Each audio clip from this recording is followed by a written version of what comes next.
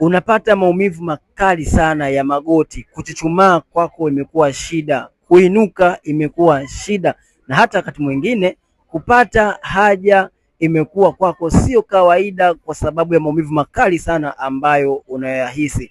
Umejaribu kutumia tiba nyingi sana, lakini bado hali yako inazidi kuongezeka.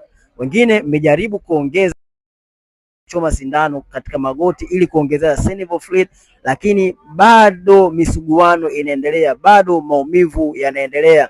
Hili siyo jambo la kawaida kwa sababu miguu yako tayari ishapata maambukizi hatari sana kwa sababu umeweza kuyapuuzia. Sasa usihofu na wala usijali. Tiba sahihi ipo, inaenda kutibia chanzo cha tatizo lako, unaenda kuongeza uteute, unaenda kurudisha cartilage ambazo zimelika na kwenda kupona hayo majeraha ambayo yanakufanya wewe uhisi maumivu makali sana kwenye magoti. Chukua namba zangu bio ili niweze kukusaidia kama wewe unapitia haya maumivu makali. Usisahau kufollow na kushare video hii.